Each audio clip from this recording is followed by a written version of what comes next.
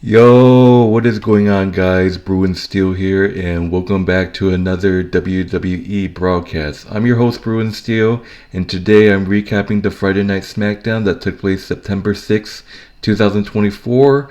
The show just ended a couple minutes ago, so I just wanted to get this over with because I will not be able to do a broadcast this weekend like always. You guys know that me and Canadian Yorker. Speaking of Canadian Yorker, unfortunately he cannot make it tonight, but like always, me and Canadian Yorker usually does our Friday Night Smackdown broadcast Sunday night, but unfortunately this weekend we're both going to be busy. So I'm just going to do this quick broadcast for you guys. I hope you guys are enjoying yourselves this evening. Like I said, I'm not reacting, I'm recapping the Friday Night Smackdown that took place a couple minutes ago, September 6th. 2024, and it took place in Rogers Place in Edmonton, Alberta, in Canada. So it is the fallout from Bash in Berlin, and it is the last SmackDown in the premiere. So it's basically SmackDown's going to be moving to Netflix or maybe Fox, I think. I don't know exactly. Oh yes, SmackDown's going to be moving to Netflix, where Raw is going to be moving to Fox, I believe. So it's going to be the season premiere of Raw and SmackDown next week. So yeah, let's get started. So we start off the show with Cody Rhodes, the American Nightmare, and he asks Edmonton what they want to talk about. And basically, Cody Rhodes wants to get this whole Bloodline situated and asks the Bloodline to get in the ring. Solo Sikoa and the Bloodline in tow.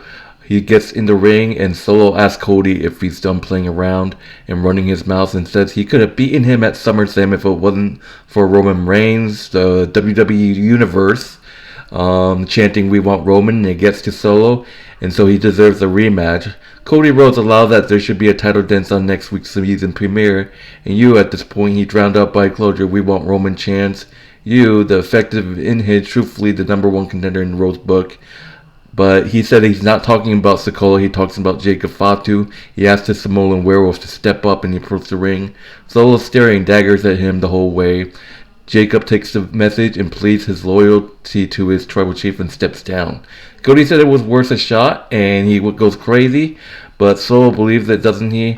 And that's when Solo decides to try to just attack Cody Rhodes, but the Street Profits and DIY comes out of nowhere to back Cody Rhodes up. Nick Aldis pops up and tells them that all to simmer down and books a match as the main event match. So, main event match, Solo Sikoa and the Bloodline versus DIY and the Street Profits is an 8-man tag team match.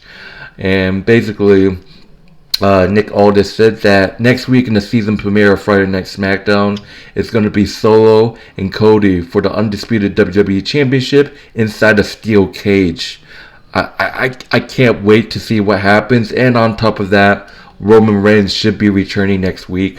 Put those ones in the air. I'm not doing it to Solo, but it's going to be interesting because Roman returns next week, and I definitely can see Roman costing Solo again. I don't think they're going to put the title on Solo, to be honest. I mean, I just feel like Solo's just going to feud with Roman without any title, and they're just going to set up that Cody versus Randy feud. Randy's going to come back to SmackDown maybe next week in the season premiere. He has to. And I just think that they're still going to go for Randy Orton turning heel on Cody Rhodes. You never know. We might see Kevin Owens and Randy Orton turning heel on Cody Rhodes. So we might see Randy Orton returning. Roman Reigns, man, he's definitely going to return. I'm not sure. It has to be. I would say I'm not sure if Roman's going to get involved in the Cody and Solo Steel Cage Championship match, but we all know that the Bloodline has something up their sleeves. Even though it's going to be a Steel Cage match, Jacob Fatu, Tanga, and Lola are going to get involved somehow. But Roman Reigns got to return. People are saying that Jimmy Uso might return in the season premiere. Roman Reigns might return with Paul Heyman and Jimmy Uso next week. So I'm excited to see what's going to happen in the Steel Cage match. But I don't see Cody dropping the title. I definitely see Cody defeating Solo once again with Roman's help. And who knows? Just to put a little sugar on top, Paul Heyman might return along with Jimmy Uso. But talking about the next segment, we see Pretty Deadly. Why is Pretty Deadly? Is Tiffany Stratton seriously just hanging out with these losers? Like, what the fuck, man? I'm not going to talk too much about those losers, Pretty Deadly. So, but we go to the next match, the most disappointing and just stressful match. Bayley versus Tiffany Stratton. And, I'm not going to lie, I had a feeling that Bayley was going to win. I predicted that Nia Jax was going to get involved in this match, and I was right. It went back and forth, collar and elbow struggling against each other, whipped to the corner. Bayley with a big boot, folding press for 2 to the apron, some slip. Stratton rolls through, knee and drop kicking, basically returning Bayley on the comeback. German suplex, block crawl, under drop kick, puts the role model in the rope for a hip attack, and a cover for 2. Bayley with a suplex to the floor, and that's when Nia Jax comes to ringside. Tiffany did get an Alabama slam, but no blackside for 2. Bayley gets her with a Rhodes plant, unfortunately. Bayley defeats Tiffany Stratton by pinfall. It's just, I understand that they're pushing Bayley. Bayley. Look, I don't mind that Bayley won, but man, Tiffany needs a win. It's just like I don't understand this. They could just be making Tiffany be like having a losing streak or something, and then maybe they eventually will have Tiffany, get that big win, cashing in on Nia Jax. But it just Bayley just kind of returned, and they could be doing. Honestly, they could be doing Nia Jax versus Bayley in a rematch. They could do that at Bad Blood. But so far, no confrontation between Bayley and Nia yet since their match at SummerSlam. But I can definitely see a rematch between Bayley and Nia. Obviously, Nia is probably going to retain. I think Nia Jax is going to hold on to the title for a bit. And eventually, I think Nia is going to lose the title to Tiffany Stratton. Tiffany Stratton is going to get sick of Nia Jax pushing her pushing her around and being her boss. And then I think Tiffany cashes in Nia Jax. But the interesting is, like, people are saying, what if there's a twist? What if Tiffany actually wants to have the spotlight with Nia Jax? What if we see, which I'm not even going to sure because the Judgment Day is pretty much full power on Raw. Well, not necessary because Damian Priest and Rhea Ripley are just dominating them right now, to be honest. But come to worse or not, what if we see Tiffany in a huge twist? What if we see Tiffany cash in on Liv Morgan? But I just feel like Tiffany is going to cash in on Nia. There's indications that Tiffany doesn't want to acknowledge Nia Jax. They could be. Tiffany Stratton is so close. I just want her to turn face. We're so close to seeing a babyface Tiffany, to be honest. So, but that would do it. Bayley defeats my girl Tiffany Stratton. Blah, man, I hate it, but I understand the decision. Look, I have nothing against Bayley. I love Bayley. But the only issue I have with Bayley is that her title reign was trash, to be honest. Sorry. And I have to say this again, I'll say it twice. Io Sky's title reign was better than Bayley's, to be honest. But moving on, we got a backstage segment. Kevin Owens interrupted by A-Town Down Under. They taunt him about proving himself against Cody Rhodes and mock him for not helping with, the Bloodline earlier. He called them idiots and morons and said he and Rhodes are just He and Cody Rhodes are just fine like they are. And since he had to fight his friend Cody Rhodes at Bash, Kevin Owens said that Grayson Waller and Austin Series should do it, and why not just do it in a triple threat match? So moving on, we see Apollo Crews, and we see the debut. We see the return of Giovanni Vinci, and not going to talk too much because what the hell was that? Like, Apollo Crews, Giovanni, Vinci, man, coming back and losing in 3 seconds. Apollo Crews right in there with a crucifix pin. Apollo Crews defeats Giovanni Vinci in his SmackDown debut in 3 seconds. Like, what the hell was that? I was expecting a little more Triple H. Like, what is going on? You know, obviously in terms of Giovanni Vinci getting revenge on Ludwig Kaiser after Ludwig Kaiser tried to end his career. I believe that maybe Giovanni Vinci is going to get his revenge at some point if Giovanni Vinci ever goes back to Raw, but I mean, that's just that. But anyways, moving on to the next match, we got that triple threat match: Austin Theory versus Grayson Waller versus Kevin Owens. Kevin Owens wants to see if Grayson Waller and Austin Theory actually fights. Owens passed both heels to the floor and dropped them with cannonball senton, beating them down, going to the announce table while 8 Down Under worked together to throw him into the barricade. Grayson Waller sets up a table. Kevin Owens recovers enough to pass Theory into the barricade and powerbombs Grayson Waller through the table. If you guys don't know, triple threat, no disqualification, anything's legal. He just set up that table and Grayson Waller just goes through. Austin Theory lays Owens out but struggles to capitalize. Both men slowly to their feet while Waller writes in agony in the wreckage of the table. KO backs him into the ropes with chop chops. Grayson breaks it up, mounted up. Austin pulls him off, and here we go. Austin pulls Grayson Waller off from the cover. The heels biggers among themselves. They get things together long enough to get him up to the top and work together. And, you know, going into this match, people are like, oh, is this when Austin Theory is going to turn face? Because there's clear as day that there's so many indications that Austin Theory is going to turn face, and I've been waiting for months. But continuing talking about this match, Owens knocked both of them down. Theory pops back up, but KO gets him. Avalanche finally rolls, but Waller breaks it up again. Theory breaks up again. Owens hitting the top rope turn-in drop. Back and forth. Theory was a schoolboy. Waller knocked to the floor. Kevin turns it around. Kevin Owens hits the stunner on Austin Theory to win the triple threat match. Kevin Owens defeats Austin Theory and Grayson Waller by pinfall. Great match. Post-match, Grayson runs back into the ring to attack KO, but Owens sends him packing. Austin Theory recovers. 8 Down Under connects. Waller back, and then the heels stand tall. So Kevin Owens defeating Austin Theory and Grayson Waller. Like, man, when is Austin Theory going to turn face? Like, I'm still waiting, Triple H. But this sets up a tag team match next week at the premiere of Smackdown. We got Kevin Owens in a tag team match, in a tag team partner of his choosing, and they will face off against Austin Theory and Grayson Waller. And we pretty much know what this partner is. We talked about Randy Orton coming back to SmackDown, potentially after losing to Gunther, you know, and that might just be it. We might see Kevin Owens and Randy Orton against Austin Theory and Grayson Waller. The same shit over and over and over. Like, it's the same shit, guys. Like, it's not predictable, but I'll be shocked if it's someone else. People are like, maybe Sami Zayn is going to be on SmackDown. I'm not sure if Sami Zayn has any plan on Raw. I imagine if he does, he's not going to show up on SmackDown. That'd be great if Kevin Owens teams up with Sami Zayn again. That'd be awesome.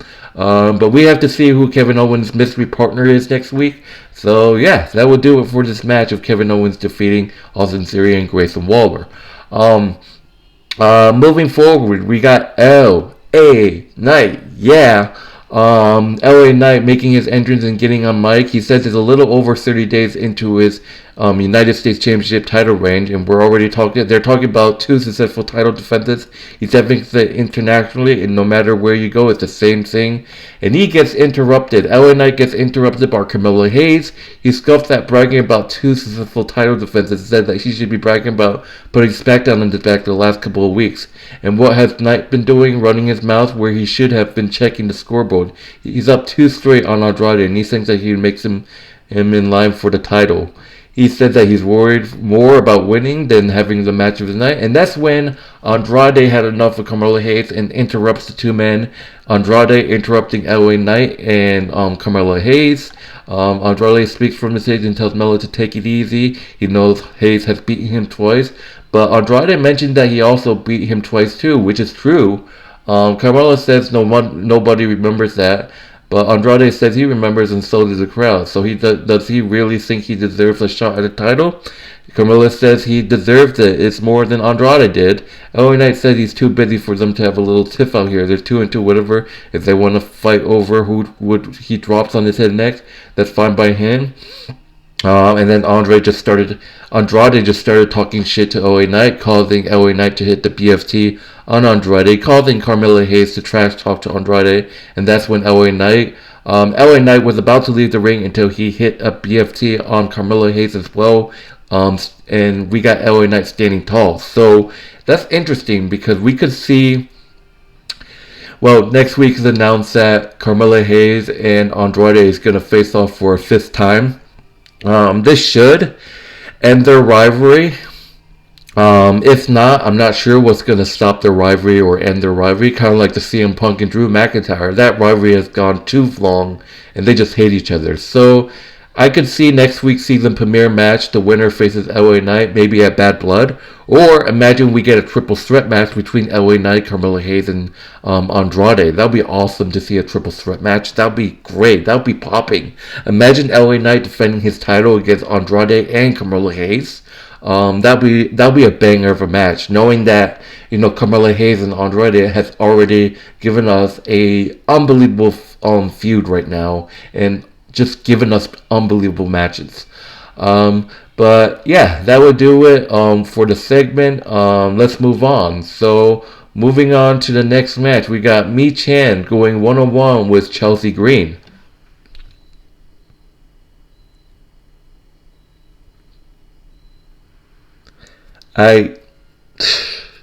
Man, I have nothing to say, guys. I fucking hate Chelsea Green. She's a fucking bitch. She needs to retire.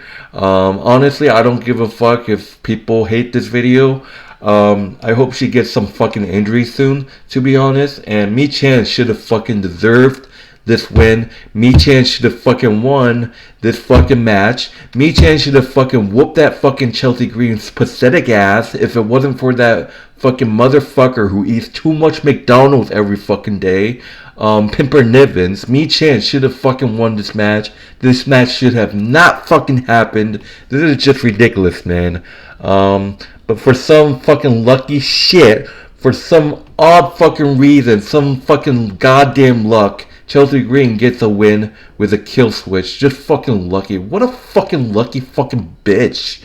Like, what the fuck, man? Like, holy shit. You're a fucking lucky son of a fucking bitch, man. Like, you're a fucking bitch, Chelsea Green. You got fucking lucky. You're not gonna survive next time. Rematch Nick Aldis, please. Chelsea Green has no chance. She only won because of that overweight looking ugly piece of shit Pimper Nivens. That's the whole fucking reason why this bitch lost. That is the whole reason why this fucking bitch won. Chelsea Green won. Like, holy moly. Like, Jesus fucking Christ, man. Like, this fucking bitch. Well, I'm not gonna say much. Chelsea Green got a fucking lucky ass win defeating Michin. That's gonna be your only fucking win, bitch. That's your only fucking win you're gonna have. Yeah, keep having that fucking support. Keep having that whale in your corner. That's the only fucking win you're having. Enjoy this fluke win while you can, bitch. Just float in the sunset, bitch. This is the only win you're gonna get. But moving on to the main event, you can get 2 of these, Chelsea Green. Moving on to the main event, we got the 8-man tag team match. We got DIY, Johnny Gargano, and Tommaso Ciampa, and the Street Profits, Angela Dawkins and Montez Ford versus the Bloodline, Jacob Fatu, Solo Sikoa, Tonga, and Tonga Lola. Huge 8-man tag team match right here. Everyone brawling at the jump. Referee Ryan Tran trying to establish some kind of order. Babyface cleared the ring. Lolo back in. The match takes on the Ciampa's normal order.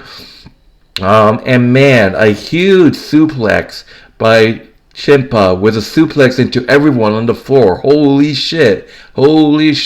Back inside, tag to forward, dive. Tonga kicks out. Jacob Fatu tags himself in the one-man wrecking crew, destroying the babyfaces. Holy moly. Look, Johnny Gargano, Tommaso Ciampa, Street Profits, Angelo Dawkins, and Montez Ford actually put up a fight. They had the momentum, but Jacob Fatu just showed that he's an amazing athlete like always, and Jacob Fatu just absolutely destroying Montez Ford, tagging in Solo. Solo with a huge spike DDT on Montez Ford. Solo Sikoa hitting the Samoan spikes. Multiple Samoan spikes. Solo just didn't hit Montez Ford with one Samoan spike. He hit Montez Ford with two. If you guys remember Solo Sikoa versus John Cena, Solo Sikoa defeated John Cena with like a whole bunch of Samoan spikes. But the Bloodline defeats DIY and the Street Profits in this 8-man tag team match, and the Bloodline stands tall.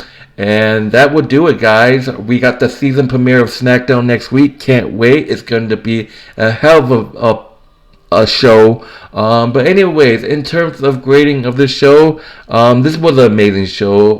Despite that bitch Chelsea Green getting the fucking luckiest win of her career. Like, holy shit, man.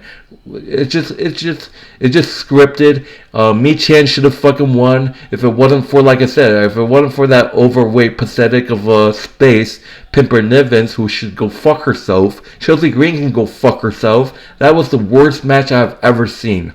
And in terms of that Tiffany and Bayley, I understand that. I can live with that. I love Bayley. I can live with that. I mean, at this point, Nia Jax, I think, is just a distraction, honestly.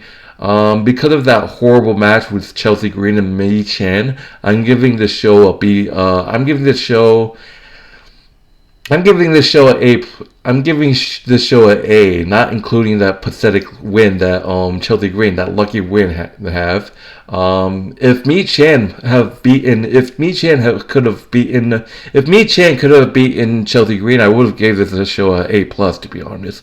But honestly, I give this show an A, not including that pathetic win that Chelsea Green had. But I'm just going to go ahead and give this show an A, not including that match that Chelsea Green fucking won. Lucky bitch.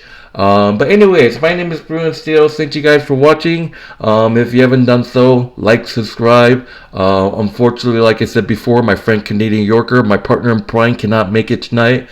Like I said, we're both busy this weekend, so I cannot make it this weekend. So I'm doing this broadcast now. But anyways, be sure to check out my friend Canadian Yorker's YouTube channel. His YouTube link will be in the description of this video, as well as me as Canadian Yorker's wrestling channel, which is WWE Wrestling Bros. You can find the YouTube link in the description of this video as well. But I hope you guys enjoy the rest of your night. My name is Bruin Steele. Thank you guys for watching, and I will see you guys in the next broadcast. Hopefully it's at some point next week. So like I said before, I have a new job. Canadian Yorker has been getting some new jobs as well, so we're both going to be a little busy. But we're still going to try to, find a time to do these broadcasts, because that's what we do. We're WWE fans. So, but like I said, like, subscribe, check out Canadian Yorker's channel and WWE Wrestling Bros. Both links will be in the description of this video. So that would do it. Thank you guys for watching. Enjoy the rest of your evening, and I am getting out of here, guys. See you guys later.